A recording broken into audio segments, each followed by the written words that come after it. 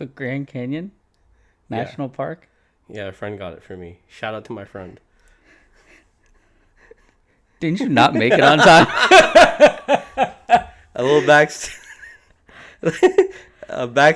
We went to the Grand Canyon. We didn't realize the time difference and got there an hour late, even though we were an hour early. And they didn't let us in because the last bus had left. So you were an hour early, but you were an hour late because of the time difference, which we completely forgot about.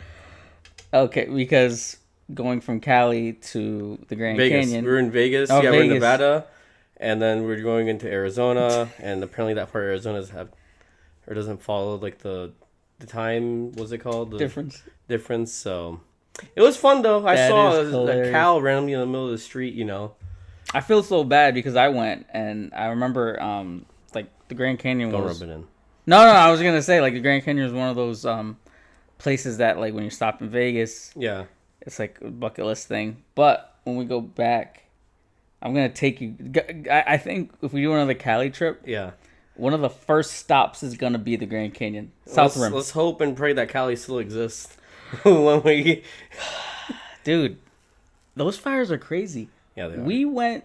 We were in Irvine, and we landed in LAX. We were in Long Beach. Long Beach. Yes. We landed in LAX. Apparently, all of like West LA was just like engulfed in flames, right? Malibu was. Yeah. I think the week before Malibu was engulfed, and then the week we were there, everything was kind of like subsided. I think there were still remnants of the forest fire because remember we went there, we came back, we had like sore throats, whatever. Yeah.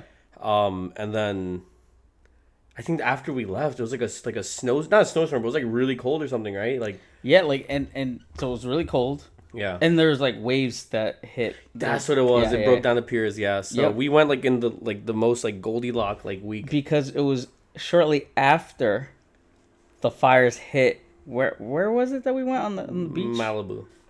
Was it Malibu? The first day you're talking about? Yeah, well, remember where we went, took videos all along the beach, and then we were like, why does it smell weird? Why is it? Malibu. Yeah, so we went like 24 hours prior. Yeah. They just got done wrapping up like a huge fire. When we went there, we saw all this like burnt whatever stuff. Which we didn't really notice. I mean, to us, it was still beautiful. Yeah, it was still beautiful, but... Yeah. Oh, my God. And then we left right before all these LA fires. Storms and LA fires. Yeah, that's crazy. And we were supposed to go this week as well. Yeah, we were deciding either going in December or going in January. Mm-hmm. And we were thinking middle of January because it's after all the holiday going, people going back. That is insane. But, so, anyways, I got to ask you a question.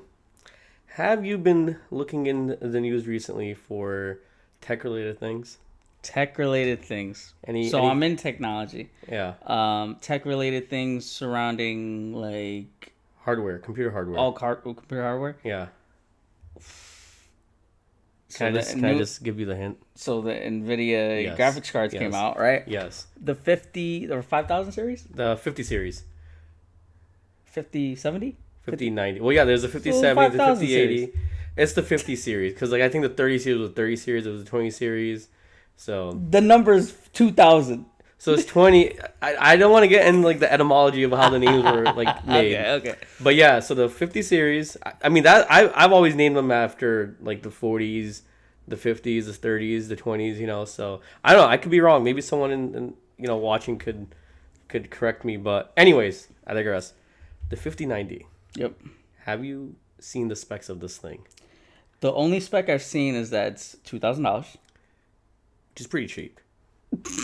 Okay. Considering the amazing things that you're getting. Yeah. Cheap? It's okay, the 5070. That's the price of someone's whole rig. 5070 is the same specs as a 4090 at $2,500. The what? So there's the 5070, which is like the entry level, you could say. And how much was the 4090? The 4090, I think now is around 2,000 or 1,000. I think I can't remember. I don't remember what the price was when it first came out. But basically, the 5070 chips on that is the same or equivalent to the 4090.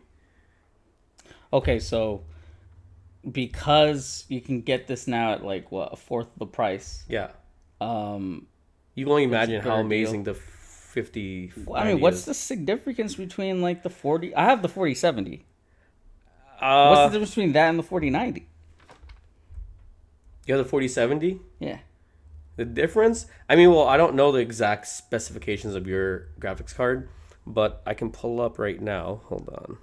Because, like, I mean, for me, this when I was talking to my buddy when he was making it for me, it was, I want to be able to run 2K 120 frames, all ultra settings. Mm-hmm. So, if it can do that, I don't really need much else. I'd like 4K, though. So, But 4K actually, is a different monster. There's something really cool that this graphics card can do. I'm not sure if it's only in the 5090, but there's this video I was watching, and NVIDIA is working with this other company, and there's like an AI like bot with you when you're streaming videos, and it's taking care of like your chat and stuff as well. So there's a video I was watching, and this guy was playing Fortnite, and he's like, "Hey chat, where we land in chat, right?" And then the AI guy, he's like right with you in the video on the screen, and he's like, "Oh, I haven't played Fortnite in so long, so I don't really remember the places."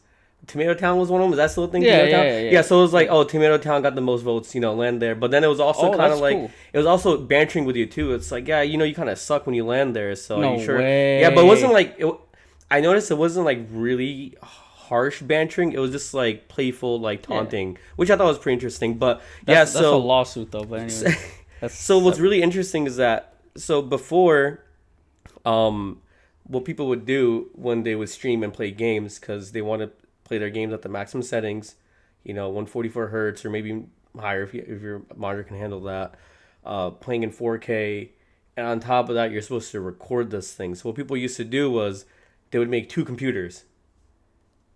Like literally they would make two computers, one just for gaming and one just for streaming, and this GPU kind of offsets all that stuff. It can handle a lot more like computational tasks, and especially with like AI software going into this and everything.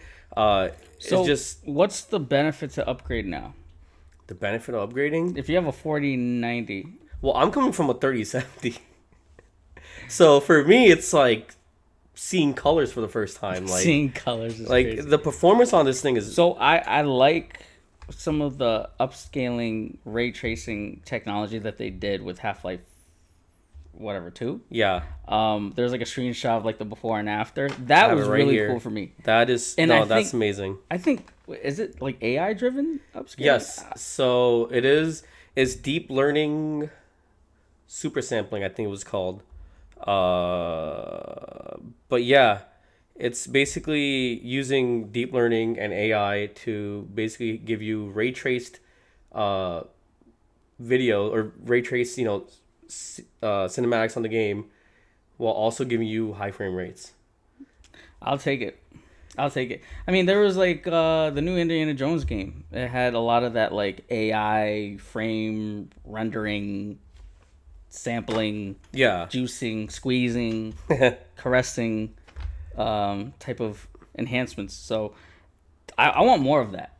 And that's the funny thing about AI now is like we've always had AI for like forever, but now we're starting to get into like the generative AI and like the sort of AI and other applications, business applications. That's something that I want to see more of that in gaming. Well, AI generated maps. Who knows? I don't know.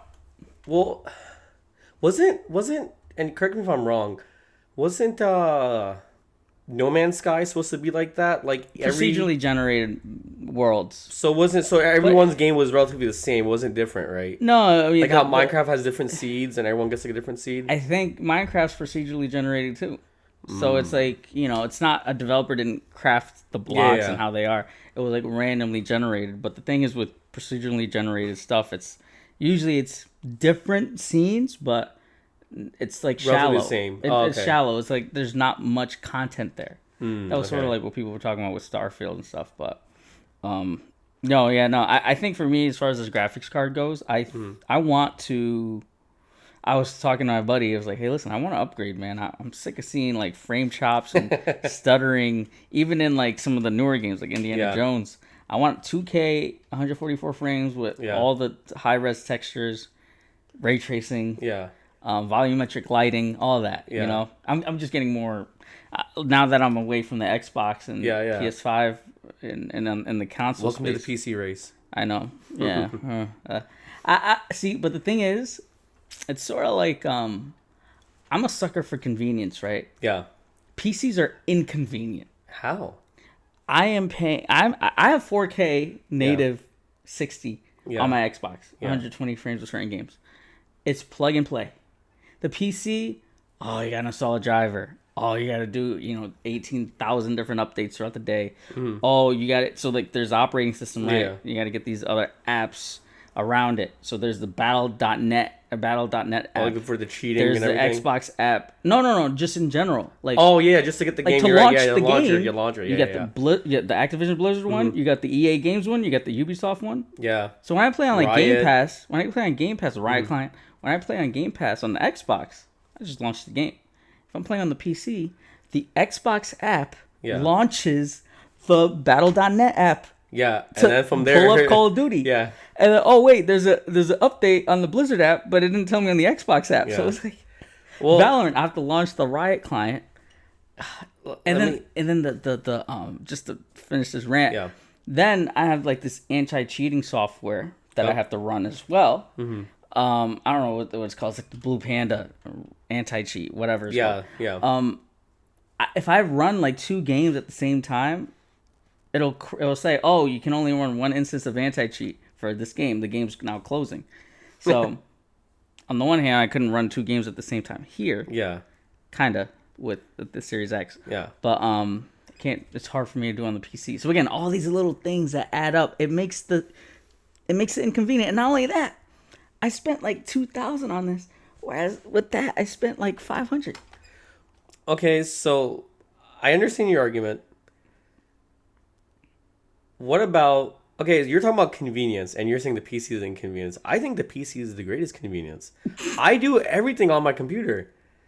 I have Netflix on my computer. I have Hulu. I have my emails. I can do work. I can do schoolwork on it.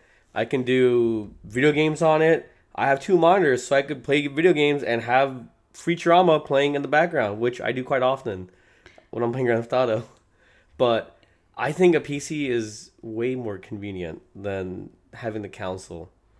You know, everything's at my desk. Like everything's there. Everything that I need. I go Amazon shopping. I could pause the game, open another window, go on Amazon, and look at new controllers or headsets or whatever, shoes.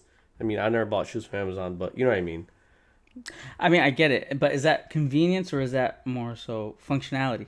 Like, it's convenience.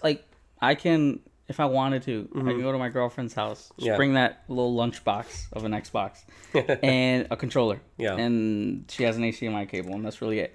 I can't bring that PC over. I can't bring that lug of a device.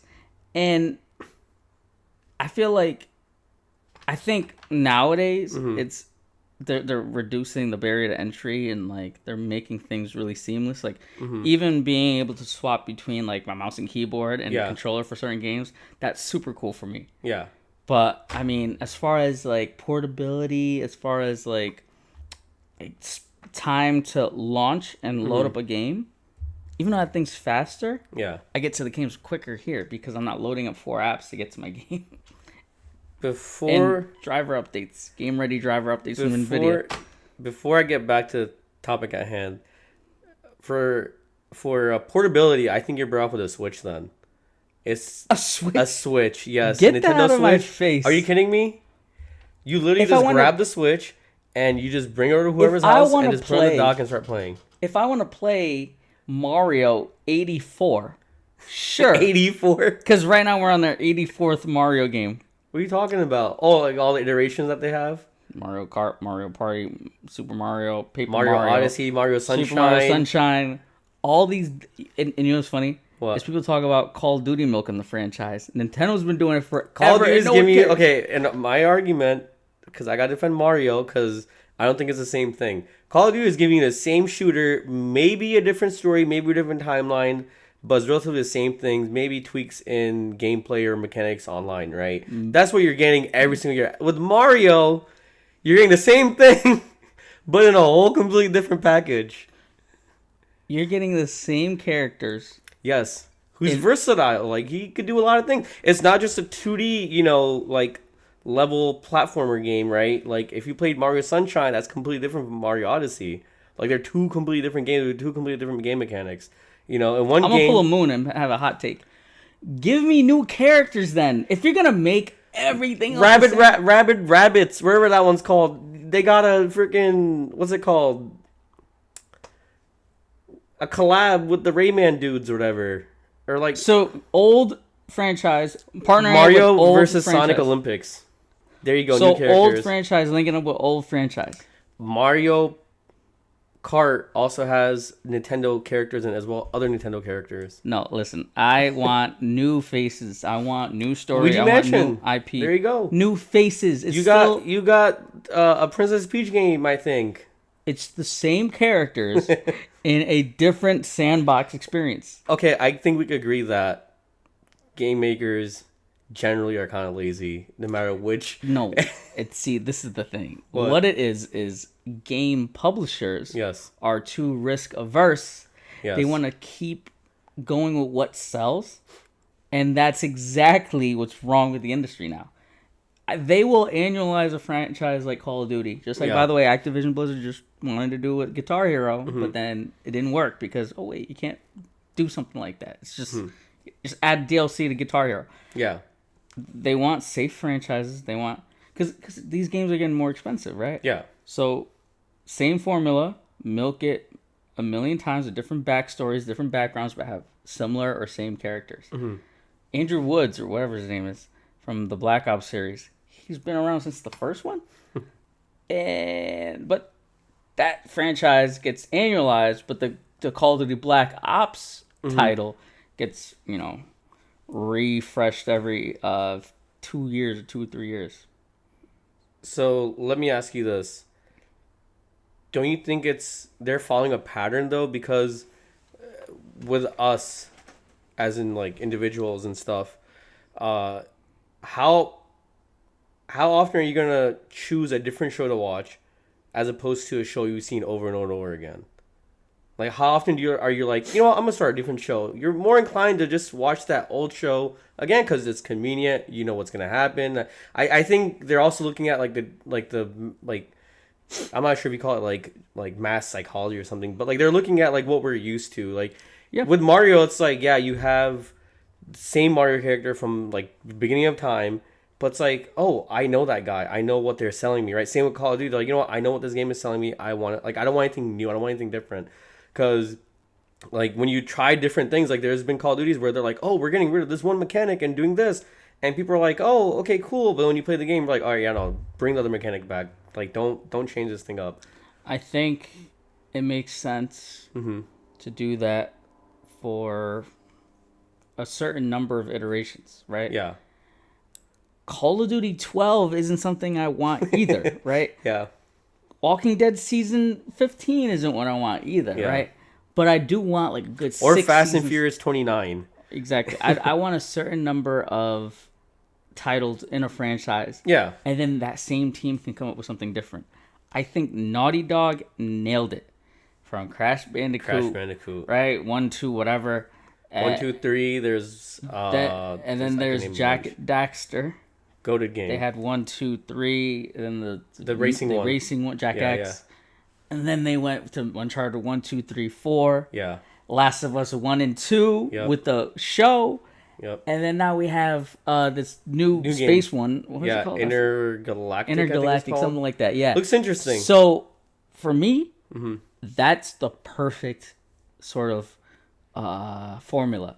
Is you come up with. You have the same team doing a bunch, having the money to go off and do different IP, different franchises. Yeah. Maybe 3 or 4 games per franchise. Yeah. Come up with a new IP, a new way to sell. Because Call of Duty is eventually, like, I saw a stat, they lost like 50% of their player base really? Since they first released. So it's going to be, you're only going to see these peaks get lower. No, that's true. But to add on to what you're saying, I think I think it's a balance. You need to have those franchises that keep re-releasing games, right? And you also need to have those franchises that make those one-off, like just single-player story mode games, where as a gamer you're like, you know what? Let me go into something I'm comfortable with that I know, right? You play Call of Duty, you play Mario, you play Assassin's Creed. They've been making games, the same Assassin's Creed game. I stopped after 4. I don't know how many there are now. I heard like a bunch now. But you have like those games that are familiar just so you could play it real quick, right? And then you have like those one-offs. Like I remember when I played Tomb Raider when they re-released that. Oh my god, it was like one of the greatest games I played. It was a thus reboot. far. Yep. It was a good reboot though. It wasn't just a reskin of the old game. Yeah. No, the story was fantastic. Gameplay, I could go on about that game. That game in itself is like, I think, phenomenal. But I think you need to have both the reoccurring franchises and then also those like franchises that kind of just hone in and focus on one project at a time, finish it out. All right, cool, that's done. Let's work on a brand new, completely different one. Well, like when Nintendo or when Mario first came out, like think about it. They had the Marios, they had the Zeldas, they had the Metroid Primes, right? Yep. They all didn't come out at the same time. I don't think. So when you have your Mario, right, go to a new IP. Yeah. You know, I'm sick and tired of seeing Mario. You know, and same with the Gears of War. Listen, Gears of War is my favorite franchise. So I like. So we have Gears 1, 2, 3, Judgment, 4, 5, and now we have Gears E-Day. There's that many Gears? Yes. Which was one you and I were playing? And there's like one that was like a turn-based Gears Tactics. Which was the one you and I were playing?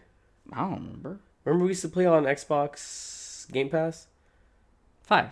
That was 5? It was a newer one? Yeah, it had to be. It was the first Gears that released on Game Pass. That was probably the first Gears we never even beat that game, did we? No. Yeah. I don't think I've beat it on co-op before. Oh, wow.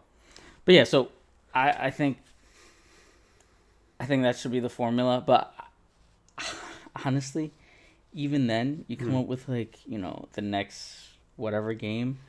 I feel like lately, I've not seen a game that's grasped me with its gameplay. Like, I'm going back into older games like Vampire Survivor.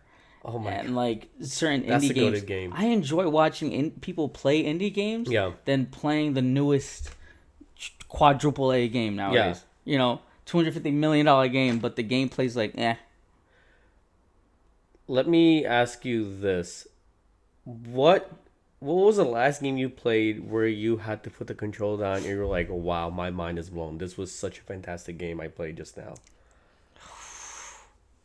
Or not even to the sense where you actually put the controller down, but you were like, wow, I appreciate the developers that made this. This was such a fantastic game. Like, I wish I played it sooner. Last of Us 2. Really? I think it was like 5 years after the fact that I played that game, and I was like, my goodness. I've never played a game that hooks you in at each level, in each part. There's no like gameplay loop, I think they call it, where like, you know, you play, similar game, and then you see a cutscene, and then play, same game mechanics, cutscene, I feel like every level was a new experience, new mechanic I'm playing with, new set of enemies that like, I don't know, it just it wasn't your You're normal, evolving. It wasn't like a gameplay loop. Yeah, it was like it was a movie. Yeah. And I'm in there with these characters. I'm feeling for these characters. Yeah. It was Last of Us. It was Naughty Dog. Yeah. That did that to me. Gears, again, my favorite franchise, more for the multiplayer. I liked Gears 2 a lot. Gears 2 made me feel that way. But Last of Us, I think, was a good dose of content. It wasn't like they're trying to milk a 20-hour game. Yeah. That was probably it, I would say. I think the game that comes into my mind is Prey. Prey was really good. Prey. Sorry, cut you off. Prey was one of the games that I feel like I 100%ed, and I needed to. Like, I needed to get the multiple endings. Yeah. I needed to get everything, all side quests done. Prey was a very, very good sandbox game. Prey was... Like I said in the question, like I wish I played it when it came out. I think I played it 5 years maybe around when it came out, maybe even 3. I can't remember. But when I played Prey, I was like, this is the perfect game because it wasn't like it was a terrifying game, but it was like the right amount of terrifying. It wasn't like meant to scare you in the sense that you would play like was Outlast. Outlast is terrifying. I remember when I first played Outlast, within the first 5 minutes, I got a huge jump scare. And I'm like, oh my god, this game is terrifying, right? But I think this game did a beautiful balance of like scaring you, but not to the sense you're like, I don't want to play this game. It's too scary. It's like it made you want to do those missions. It made you like, oh, you have to go to this reactor and turn it on. You're like, oh my god, how do I do it? And it wasn't. See, this is the thing. I have this issue. I don't like when games are too open world and too, oh, do whatever you want, because as a gamer, my brain is like, dude, I don't want to replay the game and get all the achievements just because I have to replay this one mission because there's 17 ways for me to complete it, right? So I think this game gives you just the right number of options. You know, you can go in like loud, you can go sneaky from this way, you could do this, you could do a bunch of things, but not like overwhelming you a lot, right? And I think because of that, the game was just very like it was simple, I would say in that regard, but that story, that that story itself, dude, I could not in a million years thought of like of that ending. Yeah, Amazing game, amazing game. start to finish, I feel like that game really got me in terms of the amount of things you could do. I love the physics esque, or even like, turning something into its raw materials. Yeah. I think that was just super fun. Yeah. In general, the goo gun, Yeah. going up to different areas, like and I don't know, I don't know if you ever played the 360 version of Prey.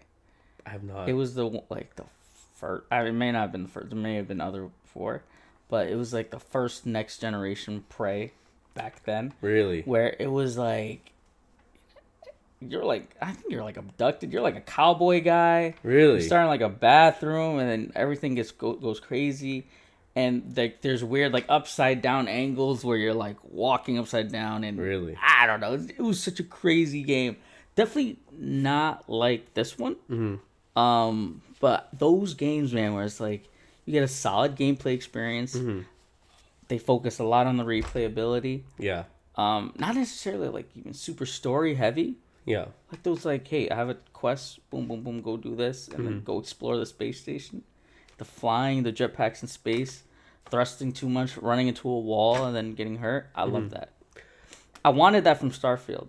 I need to play more Starfield, though. I started Starfield, and I stopped. And I think it's because I heard someone say, I think I probably saw a comment, or maybe it was a friend that said it, and it just kind of just took me away from like the world, right, that they built. It like took me out of the illusion. I love when I play video games. I'm sold into their universe. I'm like, yes, I am that character. I'm in this universe, right? The comment was, this is just Skyrim with texture packs for space. And I know it's not like that true, but the thing is, the more I played it, I'm like, this is Skyrim. Why? What's the Because in Skyrim, you'll do a mission, right? You're going from one place, you gotta go like across the map to go reply to someone. But on your way there, you see things, you come across a random stranger, and then now you're doing a side quest, right? that's every Bethesda game. I know, but the thing is, like it just felt. Elder Scrolls 1, 2, 3, 4. No, I know exactly. That's Prey. Yes, it is. Yeah, okay. But I don't know. It just took me. You know when you're watching a movie and someone just like ruins like I'm trying to think what movie. Or like when I say Jay-Z says a whole lot of nothing. Ever since you said that, I cannot listen to Jay-Z. But that's the thing. It took me out of the illusion, and now I have to like get rid of that idea in my head and go. Like, I really want to go back to Starfield because I loved it when it first came out. What's wrong with Skyrim in space? Nothing's wrong with Skyrim, but like when I saw that, I'm like, dude, am I really? Because my thing was, am I really playing a new game? Like, is this really like? I think for me is when I see space games, I want to see a really in-depth space story. granted, I didn't beat the game, so I don't know how good the story is, right? But that being said, when I was playing the game before I heard this comment, I was sold into that world. I'm like, this is awesome. I'm going to Mars, right? Oh, dude, I'm in Alpha Centauri's space system or space center, whatever, right? Oh my God, there's a galactic war going on with two different factions. Like you're thrown into this world. The game's fun, but also the thing that kind of brought me back to like the Skyrim thing was, how much have you played the game? Like halfway? No. I'll just tell you. They have basically. Well, don't spoil it. It's like, what was it, like a gameplay mechanic? it's a gameplay mechanic that was also in Skyrim, and I'm just like, you guys didn't have like. They kind of make it like, how in there's Skyrim. no dragons, right? No, there's no dragon, but it's like the same. When that one thing happened, I was like, okay, yeah, this kind of is just really nicely modded, like Skyrim with nicely modded. Like Skyrim is like that one thing. It took me out of the universe more because the game's like very like sciencey based ish, right? And like very like future based, which I thought was cool. I would think a better analogy or a better example would be like Fallout in space, because it's guns, I've never played Fallout, it's to be post-apocalyptic. You could probably make the same argument. You never played Fallout? Never probably played any Fallout. Okay, that's the only reason why I would say yeah, that maybe. Yeah, but I mean, it's going back to the formula thing. Like, yeah, Bethesda, if they abandon their formula too much, it's not a Bethesda game. Yeah, that's true. And just like Elder Scrolls 6 is gonna be like Starfield, but with swords. As Same far with Dishonored. as the gameplay, not mechanics. The gameplay elements, right? Yeah. It's quests.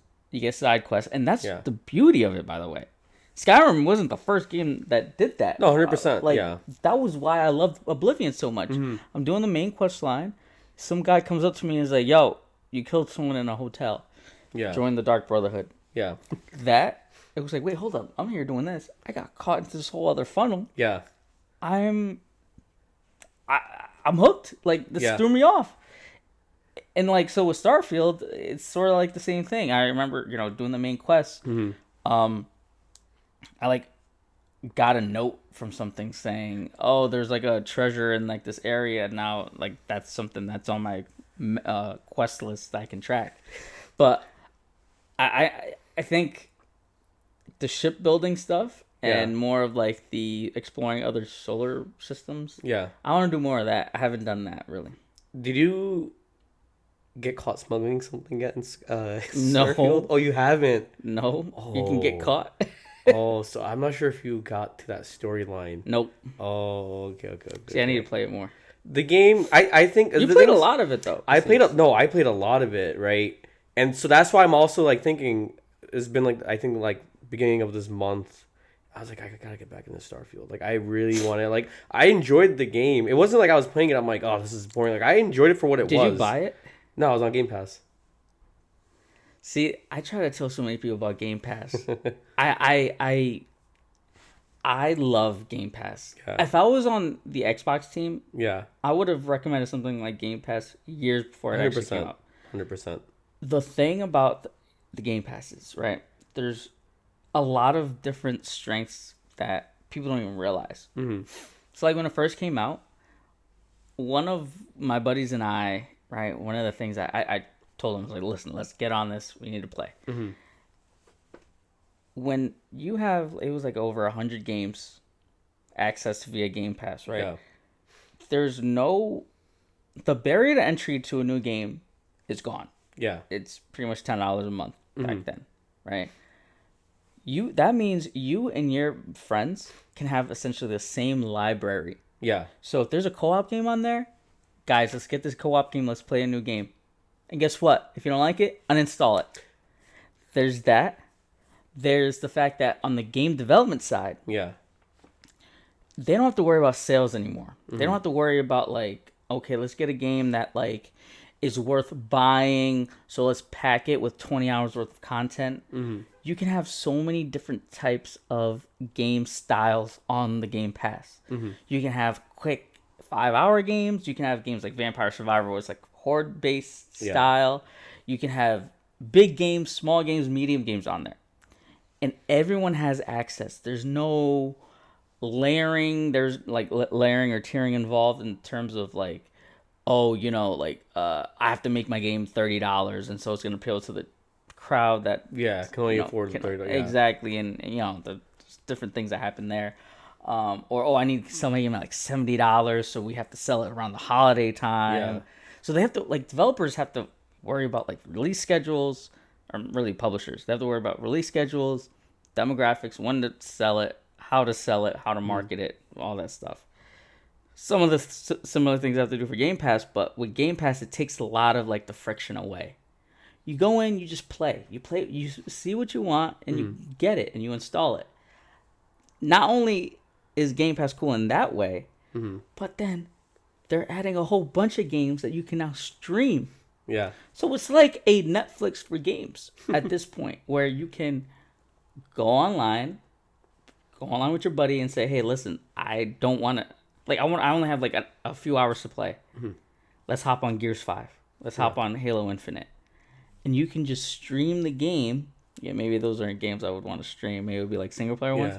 But you can stream that instantly and then just boom. Like the time to play, from when you think about wanting to play a game to launching and actually playing, getting into a match and playing, it's reduced in that way. And I love that. And it's only going to get better. Because of Game Pass, you're going to be able to play on any device. So you can play on your Amazon Fire Stick. Yeah. You can play on your Samsung TV. I can play on my TV outside in the living room. Yeah. I love it. I love it. Xbox embraced it. Phil Spencer embraced it. I am super, super, super proud of the Xbox team for that. Let me ask you a question. Now that we've spoken a lot about video games, I was thinking about this while having our discussion. So back to the graphics card, right? How I was saying, NVIDIA has a little AI assistant or whatever that helps you streaming, and you were kind of talking about or we were kind of discussing, like generated game. What was the word you used? The term? Generative AI? Not generative AI. Like how Minecraft is Procedurally generated. Do you think in the future we'll have games where they're using AI or machine learning and the game is kind of being built around the way we play or the way we think or the way we react? Like, so you have, I guess, if you've played Outer Worlds, right? Or even like in a Skyrim type game, right? If you do, or even like in Starfield, or any of those decision-based games, if you do one decision over the other, the timeline of the game gets different, right? Like, there's different things that are available to you later on in the game, right? Depending on what you did in the beginning. Do you think that video games are going to get to a place where it's AI-driven? Where, like, the game is being developed, I think that's the right term probably using, like it's being developed as you're playing the game, like it's learning what you're doing, like the enemies are harder because they know that your aim percentage is really low, you can't get headshots, right? It generates different types of monsters that can do different types of abilities that you're not that good at, right? Do you think that's a possibility for video games? I think we do something like that already. Less from a machine learning perspective, more from a data analytics perspective. So when you play Apex, have you ever played Apex? I played Apex, yeah. So typically what happens is they have data about like where people land, where people have the most battles, which characters that are being used, which ones are not being used. And they buff or nerf certain characters, certain weapons, so that, one, the game's always fluid and always changing, so you have to, adapt to new metas. And two, it'll, like, if there's an OP character, they can adjust that quickly, right? Because everyone just want to be that OP character and they won't play anything else. But they look at that from the data analytics side. They say, okay, this chart says that this character is used the most Y, and then they drill in. So I don't think machine learning goes in there, and I don't think the game would change itself. But what I could see, because again, like any changes they will develop and they'll be made in an update later on. What I do see, if we're talking about like procedurally generated or like AI driven games, um, maybe a game that's like sort of like, you remember the movie Her? Yes. So think about a game I know what you're talking about. that is like, and this is almost like a series, but like think of a game that like it either one is like a lifestyle, not a lifestyle game, but like something that you can play and learn how to like talk to a girl, and like the girl is like, so you're giving it prompts, or you're saying something in the microphone, and they're rating like your feedback, like okay, is that like a good line to say or not, and that would only be AI, like being able to be creative with AI. So like with Her, or I mean, maybe a bad example because Her's kind of like Her. So you're sitting there, you're like, Yeah. listen, I don't know what to say on the first date, and then the game asks you where you're going. Okay, I'm going to this place. I'm going to Kava's, whatever. I'm going to Red Robin. Okay, they put you in like a world where you're in Red Robin. Yeah. And you're talking. You're like, hey, how are you doing tonight? It's like, okay, that's a soft opening. That's cool, but you could do better. Just Yeah. open up with the joke. And then it plays that back to you. And then you can go through a whole like conversation with a female that you kind of maybe specify as part of parameters. Loves fishing, blah, blah, blah. I could see something like that. How would in that only be a in that. game? What do you mean? So what I was thinking, what you're saying with Her was that game he plays in the movie Her, where the character starts yelling back at him and started cursing at him because he sucked. I thought that's where you're gonna go at. You remember that where he's using his hands and he's like playing the game and the character looks back at him like, dude, you suck. Like, can't you jump and hit the button? I don't know if AI. You need AI for that. You can code that in a game now, right? Yes, but you're only coding like maybe like 20 catchphrases or something, right? What, AI is gonna come up with more catchphrases? I Well, think. no, it could look at the metadata of you as who you are, right? I'm not sure where it's getting that data from, but like say it pulls data from wherever, right? It knows everything about you. You don't need And- AI for that. That's put in the program. We can the AI is like, again, I'm thinking generative AI. Yeah. It's going to pull 200 billion gigabytes worth of data to answer your question, right? Yeah. And so I think prompt based games are really gonna come out. You may have like bots like in the game that help you with something like that, or it could be something like a game where maybe it's about like creating a nuke or something, and like you're like, okay, I'm gonna create a nuke, and then it uses like generative AI to like build out a scenario if you do X, Y, and Z, or like, you know what, I could see like Sim City or like Rise of Nations or Age of Empires. Yeah. Oh my God, don't Don't get me started on Age. generative AI to build out like wargaming almost, right? Yeah. Like real-time strategy games. like real-time strategy games. Oh my God, with you're getting AI, excited. with like, okay, here's the outcome if you do X, Y, and Z, and then it's always going to be a new outcome because it's pulling from a data set on a wargaming thing that's developed by the Department of Defense. I'm actually playing a campaign on Age of Empires right now. Of course. Dude, Age of Empires 2 specifically, not the definitive edition, like the new one that was No, the old one. the old one. Oh my God. I I would love to see that. Okay, but let me ask you this then. Don't you think you could use AI in NPCs? Like, don't you think that would probably enhance the game a little we bit? do AI and PCs. Do we? Think about when you play a campaign game. Like any like you're shooting someone in Starfield and they shoot at you back and they take cover. That's AI. AI has been around forever. The generative AI is and I think this, we're getting into semantics a little bit, but it's creating things that it pulls from a data set, right, to answer questions or to produce an image or something, produce some sort of content. I think Generative AI hasn't been done in video games in a long time. Okay. But yeah, that's all AI.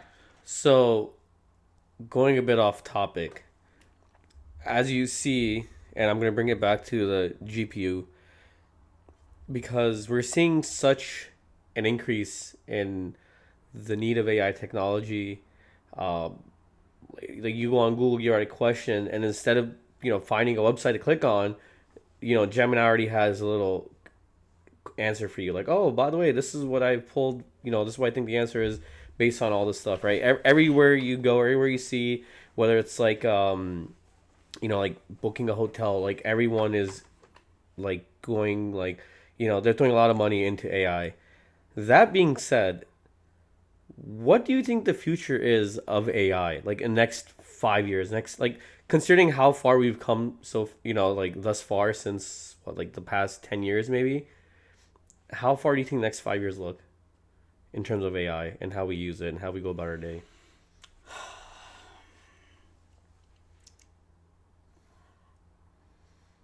I think you'll have explosive growth Mm-hmm. when you match AI with quantum computing. Mm-hmm. Setting that aside, let's say we don't have the quantum computing breakthroughs. I think the CEO of NVIDIA said that's going to be like 15, 20 years from now or something Yeah. like that. Let's say it's just AI on supercomputers now. Mm-hmm. I see it disrupting a lot of industries. I don't think it's going to be in the industries that people normally would say. Mm-hmm. Like, I don't know. I think you're seeing you're going to see content writers at risk. Okay. Again, we're talking generative AI with that. I Mm-hmm. think you're going to see web designers and graphic designers at risk. Mm-hmm. I also think you're going to see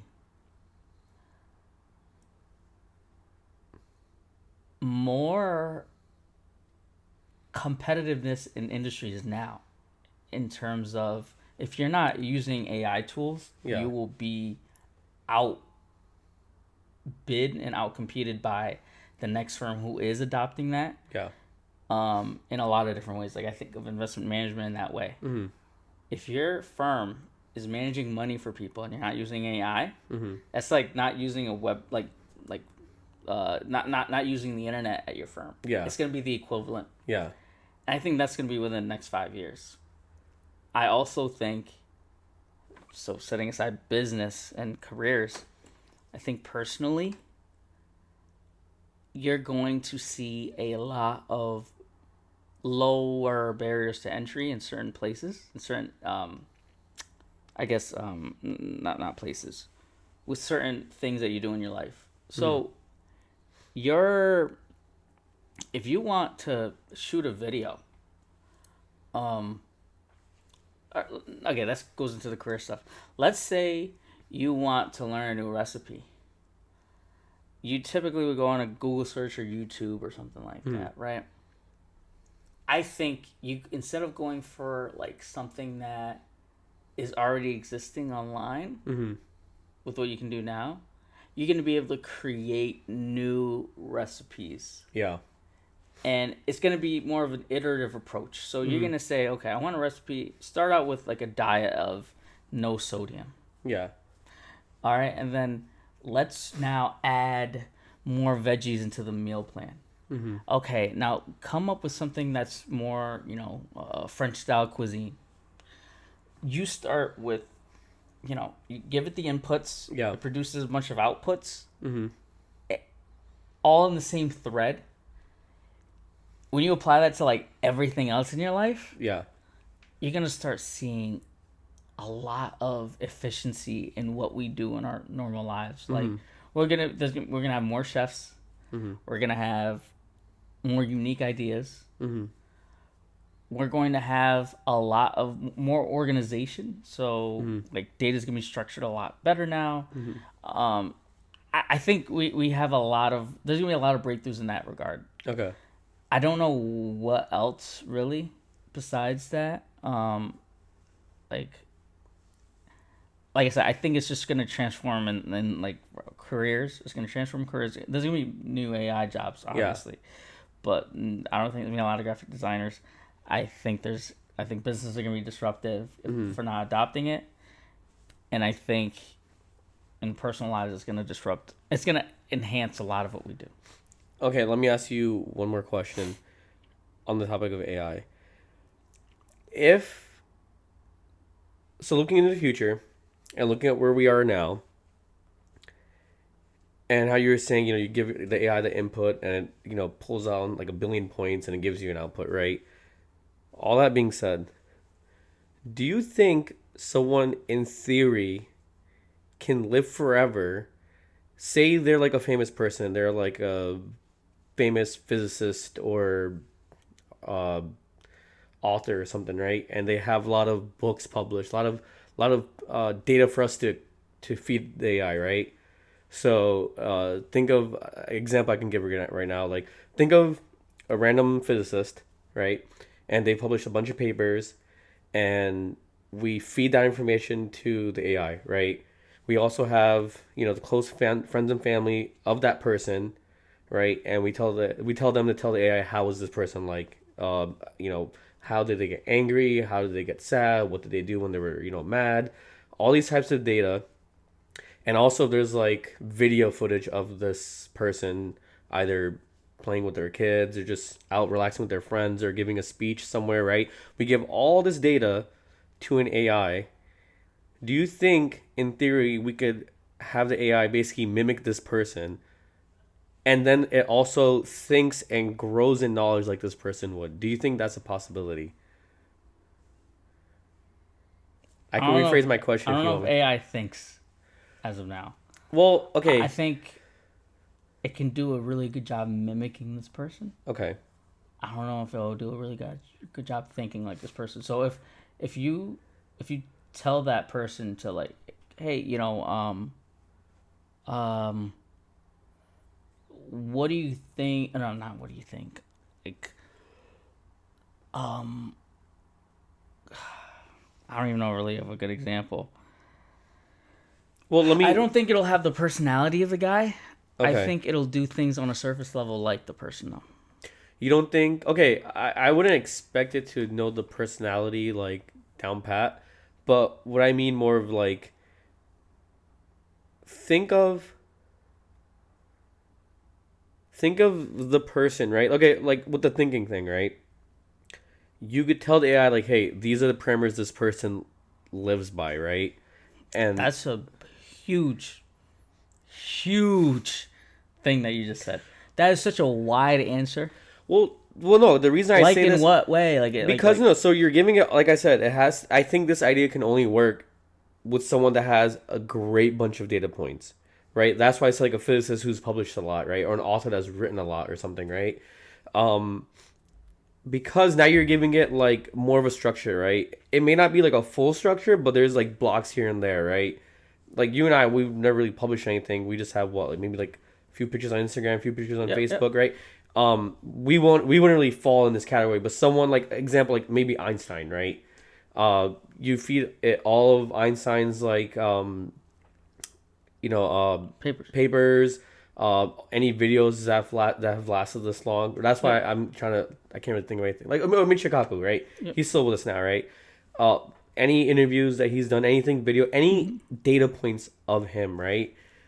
That's what this AI has to follow by, right?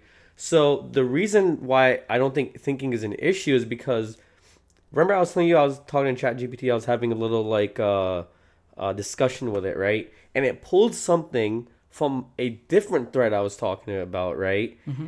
So it wasn't really thinking, but it was a data point that it's like, oh wait, I think this is relevant. Let me add this in here too. And I'm like, oh Mm-hmm. wow, that's interesting. Mm-hmm. So don't you think that AI can mimic a person and kind of have them live long in a sense, Live long. or like I should say live long, but like their idea, their what's the word I'm looking for?